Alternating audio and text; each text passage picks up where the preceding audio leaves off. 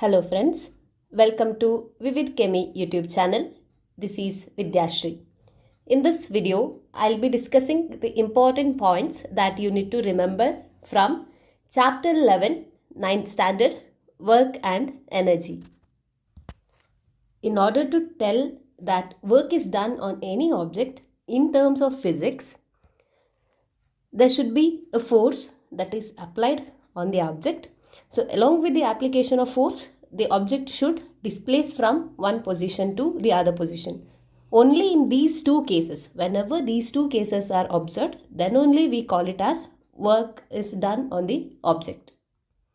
Though in the normal terms, we used to tell that he or she is working hard, that doesn't mean there is really work is done in terms of physics. In terms of physics, it is said to be work done when a force is applied on the object and object must be displaced from one position to the other position. These two are the conditions by which we can tell that work is done on an object. So then what is the mean of work done? So work done is defined as the product of force and displacement. Work done is the product of force and displacement, where this W, it represents the work done on the object. F is representing the force acting on the object. S is the displacement of the object caused by the force applied on it. So work done is defined as the product of force and displacement. Work done is a scalar quantity.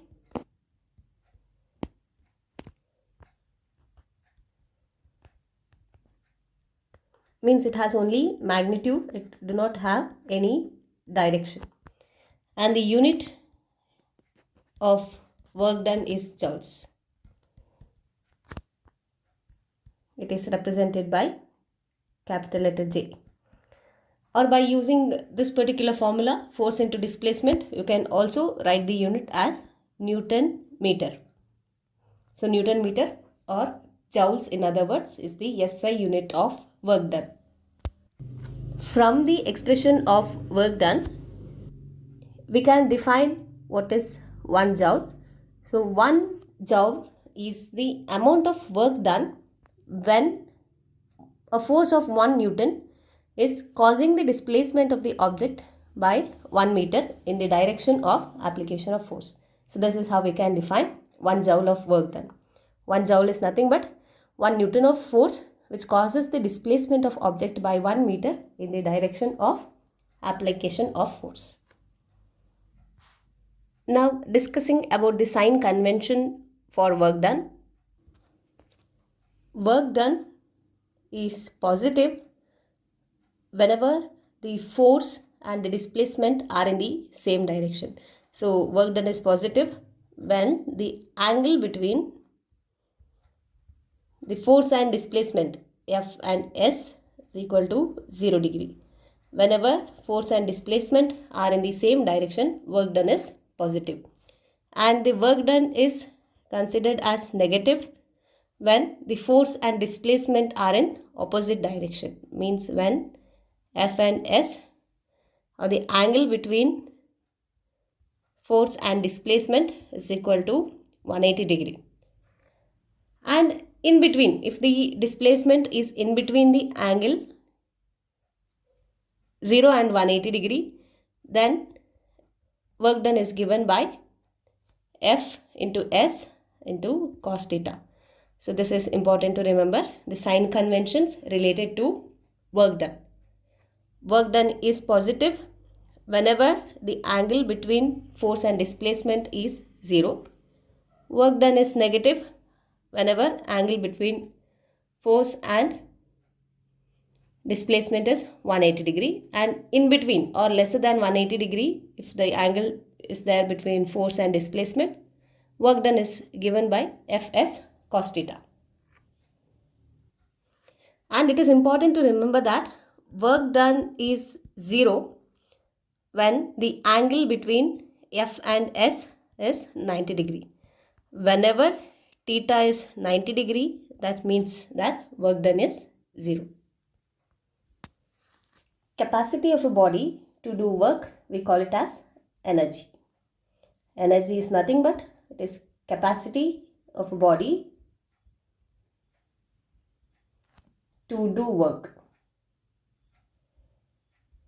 And the SI unit of energy is joule. So 1 joule of energy is nothing but it is defined as the energy required to do 1 joule of work. So 1 joule of energy means that this is the energy required to do 1 joule of work. And the normal unit, though the SI unit is joules, the higher unit of that is kilojoules. So 1 kilojoule is nothing but 1000 joules. So this you have to remember. 1 kilojoule is equal to 1000 joules. There are various forms of energy such as mechanical energy. So this mechanical energy is nothing but it is sum of the kinetic and potential energy. Kinetic energy I'll write as Ke and potential energy I'll write it as Pe. Other than this, we have chemical energy, electrical energy, nuclear energy,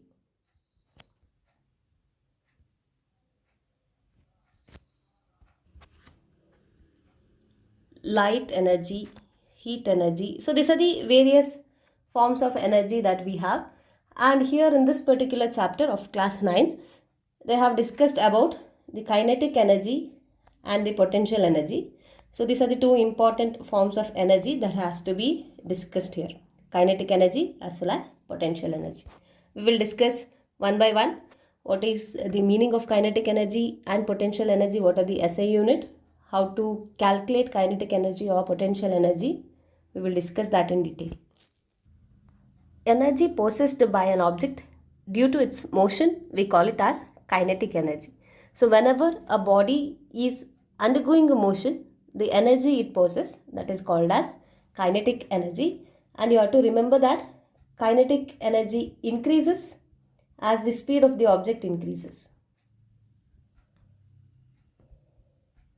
So examples for kinetic energy are the energy processed by a falling coconut, a rolling stone or a speeding car. Whenever the object is in motion, it is said to possess kinetic energy, and it's important that you have to list out a few examples for kinetic energy. The expression to calculate kinetic energy, so Ke or Ek, that represents kinetic energy, that is given by half m into v square minus u square, where u is initial velocity, v is final velocity.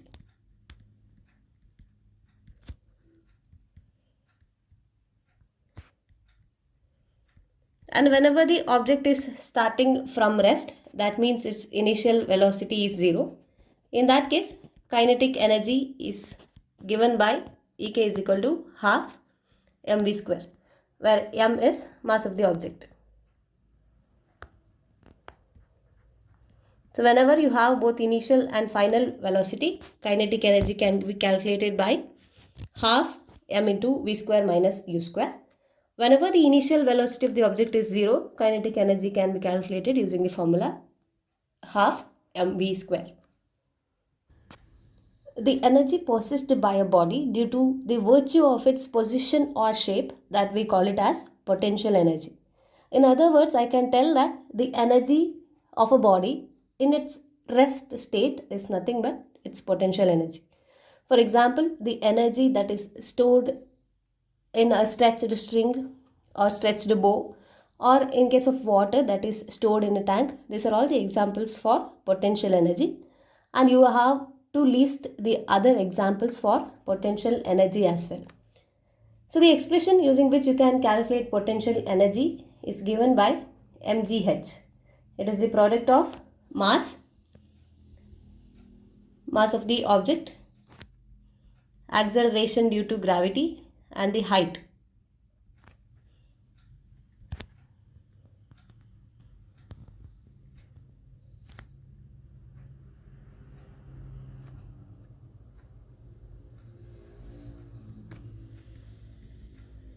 h is height of the object.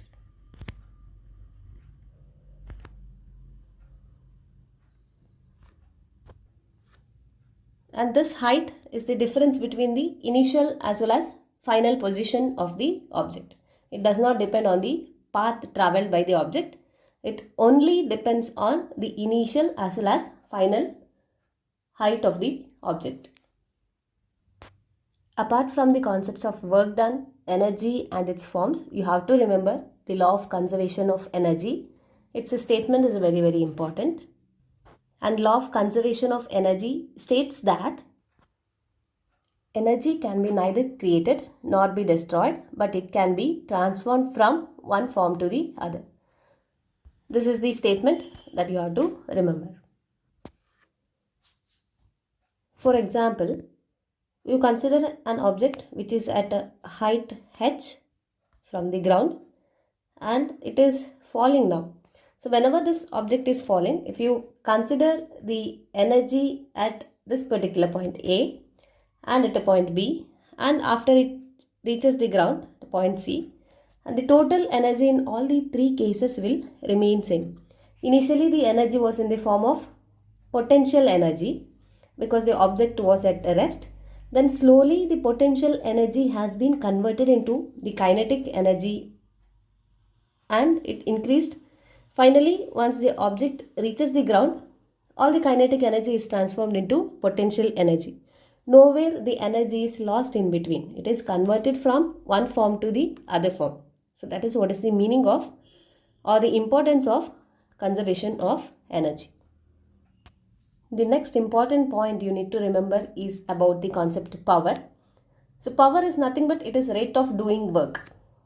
Power is defined as rate of doing work, means I can write the formula as work divided by time.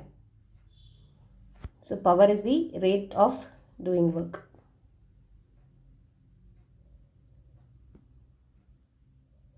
So work by time is nothing but it is power. The other way you can define it as the rate of transfer of energy.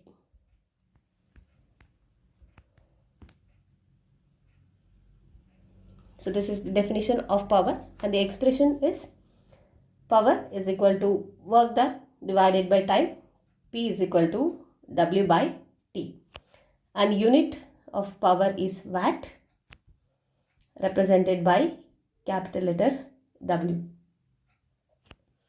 So if you want to define 1 watt, so 1 watt is the power when 1 joule of work is done in 1 second. That means that 1 watt is nothing but it is 1 joule per 1 second. Or I can write this as 1 joule per second. So 1 watt is the power when 1 joule of work is done in 1 second. So the watt is the SI unit. The other bigger units are kilowatt. So 1 kilowatt means it is 1000 watt. This is also equal to 1000 joules per second.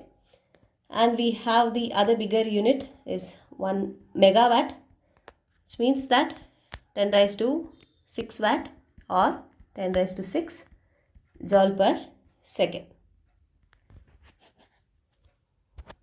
And this is very important to remember that 1 horsepower or 1 HP stands for 1 horsepower, which is 746 watt. So this is very important. 1 horsepower is 746 watt. One more thing to remember is the commercial unit of energy.